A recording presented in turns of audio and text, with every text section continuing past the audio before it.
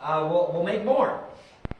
But I've got sheets of paper over there. I want you to pick someone in your circle. A family member, a friend, a neighbor, a co-worker, somebody that is in your circle, and put their name on this piece of paper, and I want you to put it on in a frame or post it on your mirror or something so that you will pray for this person every single day for salvation, for the hope of Jesus Christ. And then there are prompts on them. Don't just pray for them, also serve them, take care of them, and befriend them. Our efforts to share the love of Jesus doesn't go very far if we don't show the love of Jesus. So, care for people. So, again, pray for one life. Find that life, pray for that one life, serve that one life, befriend one life. There is a few extra frames, thank you, over there. There's some sheets of paper over there. And if we need more, just let me know. I can hit print with the best of them. All right. I think that's it. Oh, also, unlike recently, you're actually going to need one of these today. So you need to get out your Bibles or your devices or your whatevers, because all I have up on the screen is just references. I like people actually reading their Bibles, but for the last several weeks, I've had people jumping all over the place, and so but it's going to be in the book of Ecclesiastes this morning. The book of Ecclesiastes. Old Testament, not exactly right in the middle, but it's close. It's after Psalms and Proverbs.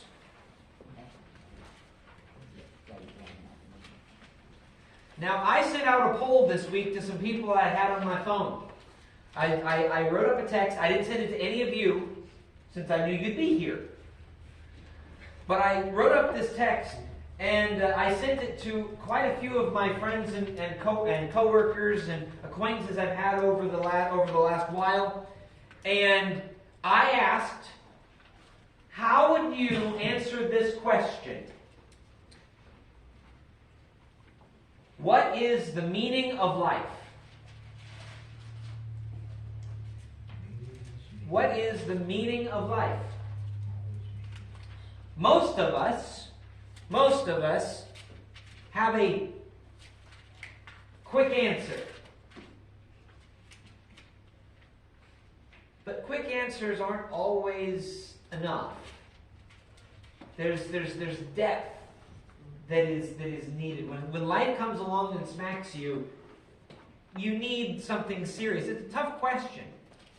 Because sometimes that quick response is okay to answer to somebody else. Like I've told you before that one of my pet peeves is when I say, how are you? And you say, I'm fine, when in reality your world is falling apart. Please don't tell me I'm fine if your world is falling apart. I can't pray for you. I can't serve you. I can't help you if you say, I'm fine. Well, saying, what is the meaning of life? Jesus. Yes, but. Or, to be happy. Good luck. Simple answer. Now, I'm going to tell you up front, this sermon series and this sermon specifically are going to ask big questions, hopefully have some big answers, but it's not going to be easy. One of the things that really bothers me, just really bothers me about most sermons, Christian churches, whatever, that I've been around is that everything is just so surface level. And real life is not surface level. Real life is wonderful and real life is awful. Real life is fantastic and real life stinks. This is real life. And if we only ever talk about life going great, then we'll figure that when life is stinky, that what did I do wrong? Well, life is life. And this morning, and for this series, we're going to talk about some serious questions. Real questions deserve real answers. Big questions deserve big answers. And real answers are never easy. I know you guys know what I'm talking about because you guys have, if you've ever been around a small child, and they ask, why? And you're like, I will tell you anything just to get you to shut up. Although I have to admit, I don't remember how old she was. She was quite small. She was quite small. When Tabitha asked, why is it bright outside? And I started with, because the sun is shining. Why? Because God made it that way. Why? Because there's energy coming from the sun. Why? She finally said, okay, after I started to explain the basis of nuclear fusion. Okay. But a passion of mine. Just if you've spent much time with me, I hope you know this, and if you don't, you're going to learn it now. A passion of mine is that God is a God of, is not a God of simple answers. He's a God of real answers. And when a passion of mine is not just to believe because I was told to, but because I know so. And I don't want anyone ever to believe anything because I said so. I want you to search it out yourself. I want you to read the scriptures. And we're talking about in Sunday school why we can trust these. And think. Use the brain God gave you. Ignorance is not a Christian virtue. And God is a God of truth, and truth is sometimes complicated, but truth never shies away from hard questions. God is never the one that says, shut up, kid, quit asking questions. That is not our God. Now, I do not claim to fully understand any of the questions I'm going to ask today, or we're going to talk about. But I do know this. I know God on a deeper level than I ever have before. My mentors in God's Word have driven me to where I am, and I want to share what God's Word has taught me about this. So what is the meaning of life? I promise there is an answer to that question. I'm just not going to fully answer it today. It's called a series. Gotta come back. Don't you hate it at the end of a season when they say to be continued? Yes. And you gotta wait till fall. Well, you don't have to wait till fall, just a couple weeks. Okay. I'll give you a sneak peek at the end. But the point is that life is not simple. If I could give you a simple answer in one sermon, it wouldn't be the real answer. If I could give you the meaning of life, and it's going to explain all of this in 15 minutes, or 20 minutes, or 25 minutes, you'd know it was a watered-down answer. Or at least I would hope that you would know it's a watered-down answer. You guys all know when you're surfing on the internet, and they're sitting there, I hate those clickbaity things, Boy, you could lose weight with this one secret trick. Yeah, right. Become rich with this one secret trick. Life is not that simple. When we try to make it simple, we usually end up with something that is fake sounding and fake feeling when life comes along and smacks us. So, real questions deserve real answers, and we're going to start a series in the book of Ecclesiastes. Now, this book was written by King Solomon. Later in his life, King Solomon wrote 3 books. The Song of Solomon, the Book of Proverbs, and Ecclesiastes. Song of Solomon, if you've read that book, wow. I remember a sermon I heard once that was, they would quote a line, and it was a game. Is this from the Bible, in the book of Song of Solomon, or is this a Taylor Swift lyric? And the Song of Solomon's a fun book. He wrote it when he was in his youth. He wrote the book of Proverbs in his middle age when he started to figure things out, but he wrote Ecclesiastes in his old age. This book is a book of lifelong conclusions for a man who was incredibly wise, but who tried all kinds of different things tried to find truth and meaning in many different places. And here are his conclusions on the matter. Doesn't this just sound encouraging? Ecclesiastes 1 through 2. The words of the teacher, the son of David, king in Jerusalem. Meaningless, meaningless, says the teacher. Utterly meaningless. Everything is meaningless. We can pray now and go home, right? Right. Just so you know, everything's meaningless. Is it? No. Well, it says so. That's only one verse, and you said.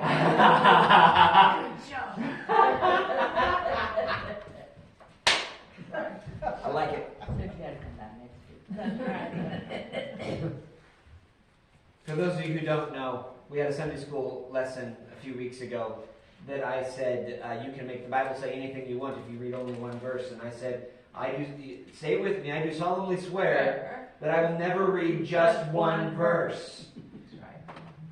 You have to read at least the paragraph that it's in. Minimum. You read 2 verses. I did read 2 verses. That's true. Hey, Annie, I read 2. But you didn't read the 4.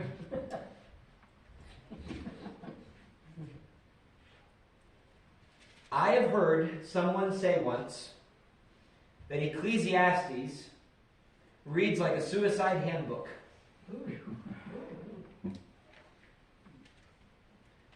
Meaningless, meaningless. Everything is meaningless. We live in a world that is always asking for the meaning of life.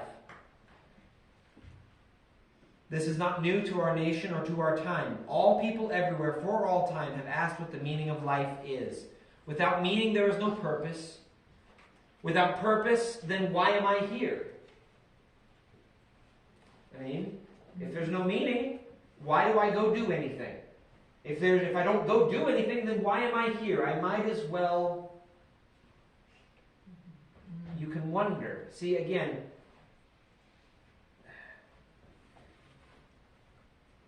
real questions deserve real answers. I told you the sermon's heavy. But these are the conclusions of Solomon. He wanted to know why he was here. And what is the purpose for our existence. And he spends 12 chapters on the matter. I will not take 12 weeks to get to the end of Ecclesiastes. But he doesn't pull any punches. He is honest. He is thorough. He doesn't sugarcoat anything. And the first 2 chapters kind of summarize where we're going, sort of. So we're going to read, it's a lot. We have a lot of Bible to cover today. We're going to read almost the entirety of the first 2 chapters of Ecclesiastes. This is a Bible sermon, so let's get rolling. Ecclesiastes chapter 1. Oh, never mind, it came back. Okay, good. Verses 1 through 11.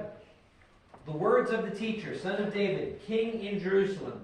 Meaningless. Meaningless, says the teacher. Utterly meaningless. Everything is meaningless. What do people gain from all their labors at which they toil under the sun? Generations come and generations go, but the earth remains forever. The sun rises and the sun sets and hurries back to where it rises. The wind blows to the south and turns to the north. Round and round it goes, and ever returning on its course. All the streams flow into the sea, yet the sea is never full.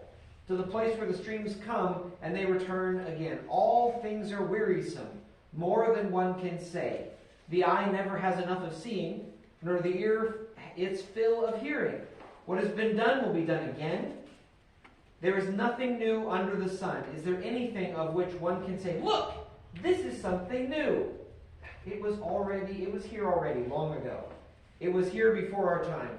No one remembers the former generations, and even those yet to come will not be remembered by those who follow them.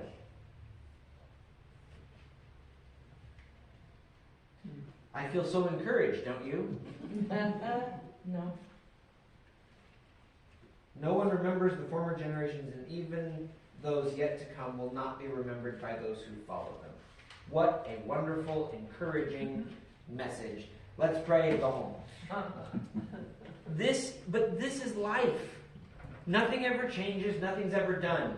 I mean, We work and we work and we work, and at the end of the day, nothing is ever enough. Solomon notices this. He says the sun goes round and round and round. It's not like it goes somewhere and stays.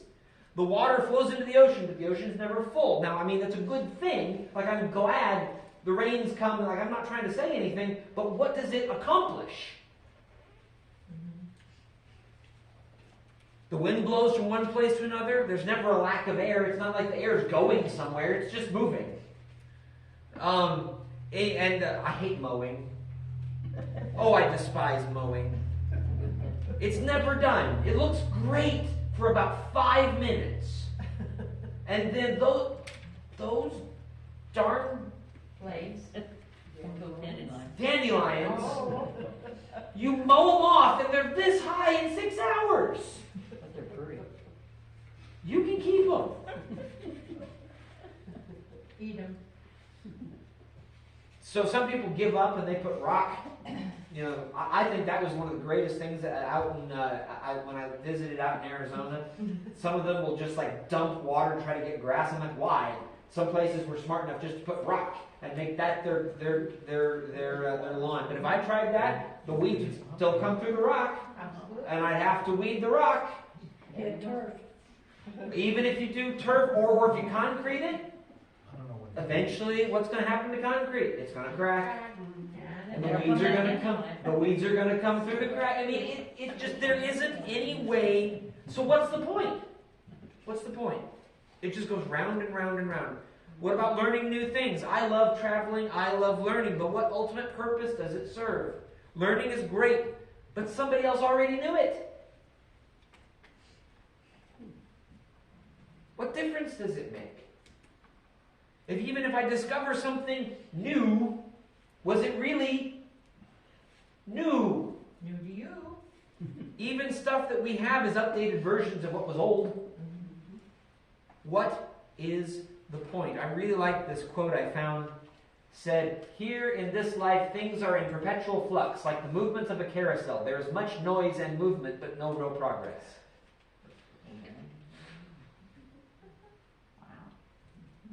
Just so encouraging, isn't it? Yeah. But here's the thing.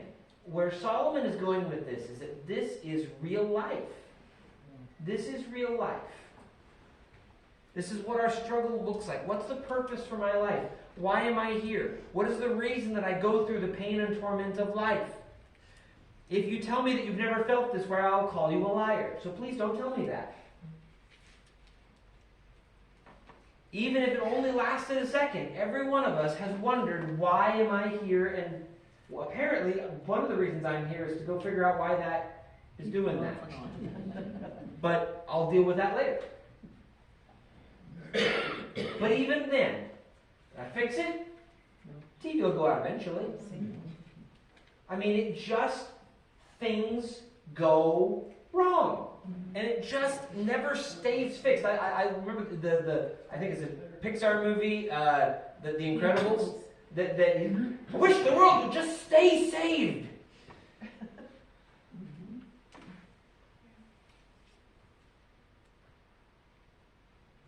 Solomon felt this, and so he went searching for meaning.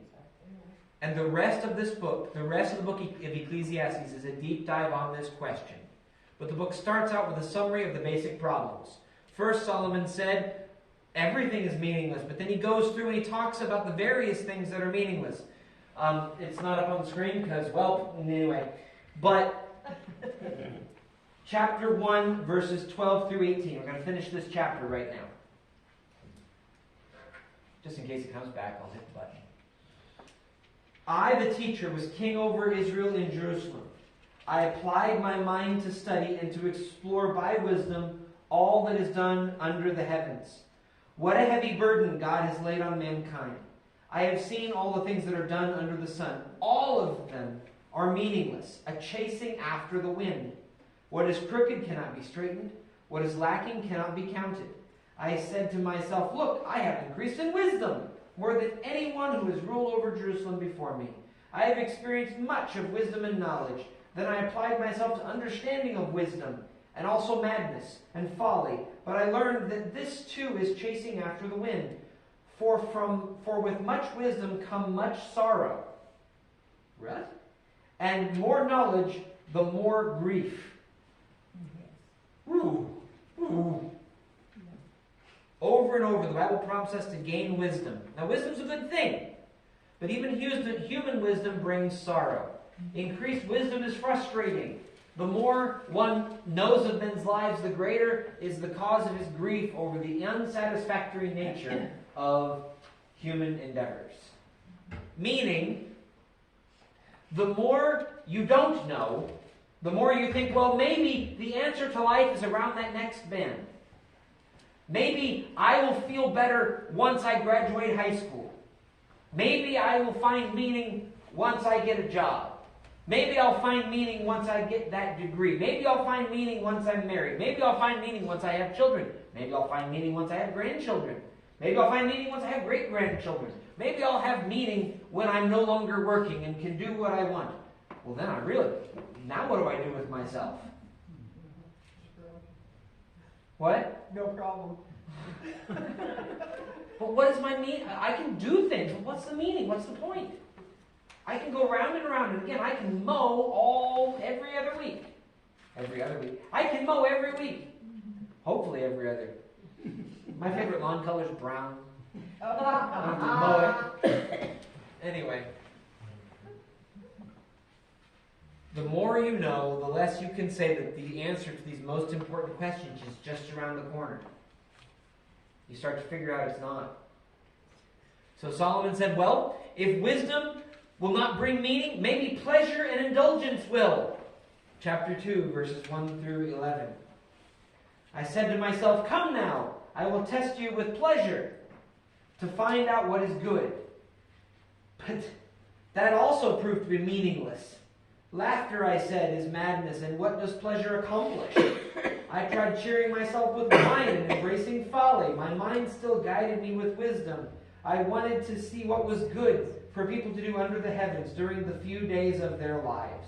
I undertook great projects. I built houses for myself and planted vineyards. I made gardens and parks and planted all kinds of fruit trees in them. I made reservoirs in water to water groves of flourishing trees. I bought male and female slaves and had other slaves too who were born in my house. I also owned more herds and flocks than anyone in Jerusalem before me. I amassed silver and gold for myself and the treasure of kings and provinces. I acquired male and female singers and a harem as well, the delights of a man's heart. I became greater by far than anyone in Jerusalem before me. In all this my wisdom stayed with me, and I denied myself nothing my eyes desired. I refused my heart no pleasure. My heart took delight in all of my labor, and this was the reward for all my toil. Yet when I surveyed all that my hands had done, and what I had toiled to achieve, everything was meaningless. A chasing after the wind. Nothing was gained under the sun.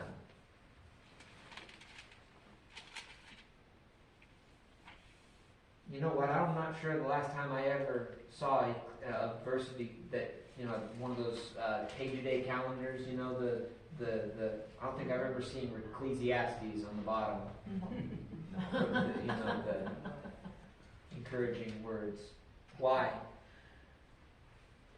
Solomon says that he refused his heart no pleasure, and drum roll, it came up just as empty, if not more empty than wisdom did. Solomon called it chasing after the wind. Honing the mind is good, but ultimately fulfilling. Pleasure is good, but not ultimately fulfilling. Well, how about just letting go and letting life just go and, YOLO, you only live once. Whee! Well, let's see what Solomon had to say about that. Verse 12. I need to hit the button. It's actually working again. Then I turned my thoughts to consider wisdom and also madness and folly. What can the king's successor do than what has already been done? I saw that wisdom is better than folly. For just as light is better than darkness, the wise have eyes in their heads while the fool walks in the darkness. But I came to realize that the same fate overtakes them both. Then I said to myself, the fate of the fool will overtake me also. What then do I gain by being wise? I said to myself, this too is meaningless. For the wise, like the fool, will not be long remembered. The days have already come when both have been forgotten. Like the fool, the wise too must die. Solomon is quick to point out that wisdom is better than folly. Folly is an old word for foolishness and willful stupidity. But even wisdom, though it does keep me from some pain, if I manage my life well, I can keep from some levels of pain. If I'm wise enough to have insurance, then when something bad happens, okay, I've got insurance coverage, it's a good thing, But even if I do all the right things in the right order at the right time, life is still life. And even if somehow, some way, on this magical world that doesn't exist, you avoid all of life's pain, the fool and the wise man still end up in the grave. So what's the point? What's the point? So far there is none, other than the meaninglessness of life. Solomon says, well, what about work? Maybe I can work and do something that will last and have ultimate value in my life. Well, this is the last section we're going to read here, 17 through 23. This does not go to the end of the chapter. So I hated life because the work that is done under the sun was grievous to me. All of it is meaningless, a chasing after the wind. I hated all the things that I had toiled for under the sun because I must leave them to one who comes after me. And who knows whether that person will be wise or foolish. Yet they have control over all of the fruit of my toil, into which I have poured my effort and skill under the sun. This too is meaningless. So my heart began to despair over all my toilsome labor under the sun. For a person may labor with wisdom, knowledge, and skill, and then they must leave all they own to another who has not toiled for it. This too is meaningless and a great misfortune. What do people get for all the toil and anxious striving which they labor under the sun? All their days, their work is grief and pain. Even in night, their minds do not rest. This too is meaningless. Once again, don't you just feel so encouraged by Ecclesiastes? I promise there's an eventual conclusion coming. I promise. But in the meantime, Solomon wants to make a point. He wants to make a point. If you lie to yourself, if you want to lie to yourself, that's fine. But if you are honest with yourself, you have to realize that life, as it has been presented to us, is ultimately pointless. Go get educated so that you can get a good job. Why do you want to get a good job? So that I can make a lot of money. Why do you want to make a lot of money? So that I can... Well, I don't know. So that I can travel. Well, that's great. Traveling is fantastic. If you get an opportunity, you should go. It's fun. This world is really neat. And then you come home.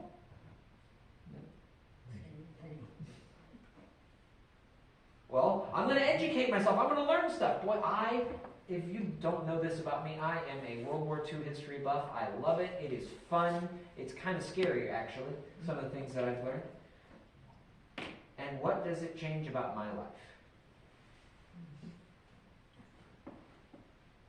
I'm going to have to go home and read the rest of it. I can't just stop right there. I like that comment. But hold on. If we find no meaning, and we have to wonder, was it all worth it? That was the first of Solomon's conclusions. The first of Solomon's conclusions is that everything in this life of human origin and intent is meaningless. Everything of human effort and origin is meaningless. When you were young, again, you were told to go out and do your thing. Well, what's your thing? Well, I don't know, but find your thing in something that will last. Well, nothing we ever do lasts. There is more to come, I promise. There's more to come. He does come to a conclusion. Okay? This book is not in here so that as you're reading through the Bible and you get to Ecclesiastes, I guess life's meaningless, and you go kill yourself. That is not the point of this book.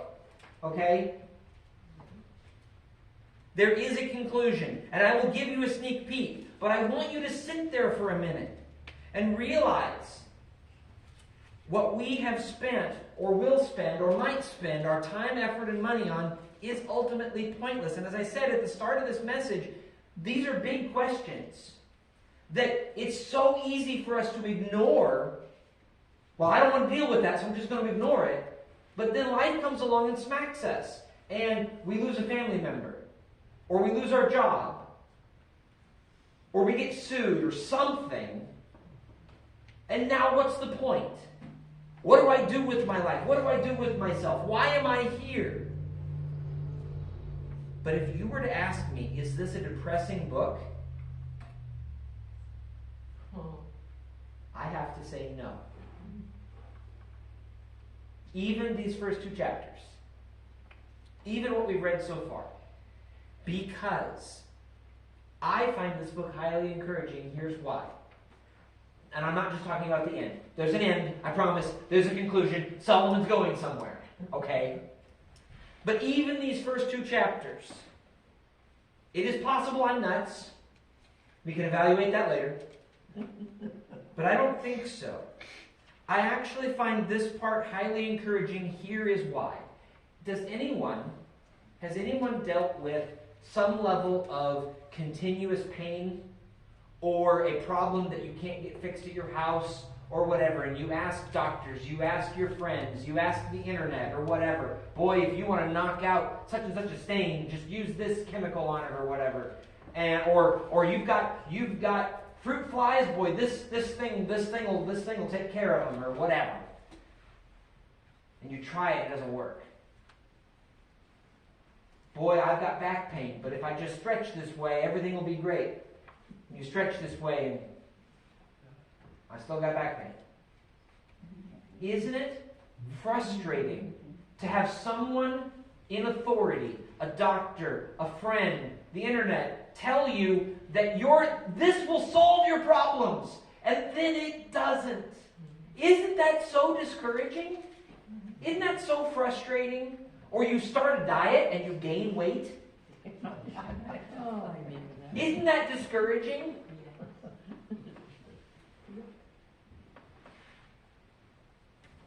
What this book, at least this first part, seeks to show is that what this world, your parents and your friends and well-meaning Christians have told you what to seek after is false. Don't waste your time.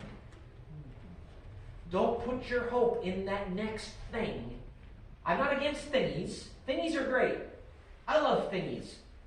Phones are great. Cars are great. Houses are great. I'm not against thingies. But that next thingy is not going to give you peace. That next stage of life. Boy, if I just had kids. Boy, if I just could retire. Boy, if I just got that promotion at work. Don't wait for that to make you happy. It's not going to happen. And I just used the wrong word, because is happiness even the goal? Is happiness even the goal? Happiness is good. We like happiness.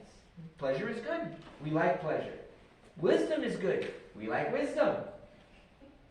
But is this why I am here? Is that why I exist? This book is encouraging because it doesn't sugarcoat truth. It doesn't sugarcoat the reality of life. And when I have spent so much time, and you have spent so much time trying to figure out why we're here, and we run from one thing to the next, to the next, to the next, and it just doesn't end up being anything. But that next thing, that next thingy, don't look. Don't worry about it. Because that next thingy is going to come just as empty.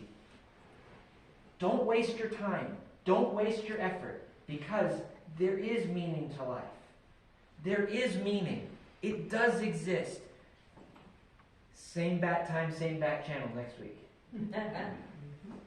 This book focuses us. Do not look for meaning where it cannot be found. Don't get caught in the rat race of life that runs and runs and runs and runs and runs after its own tail.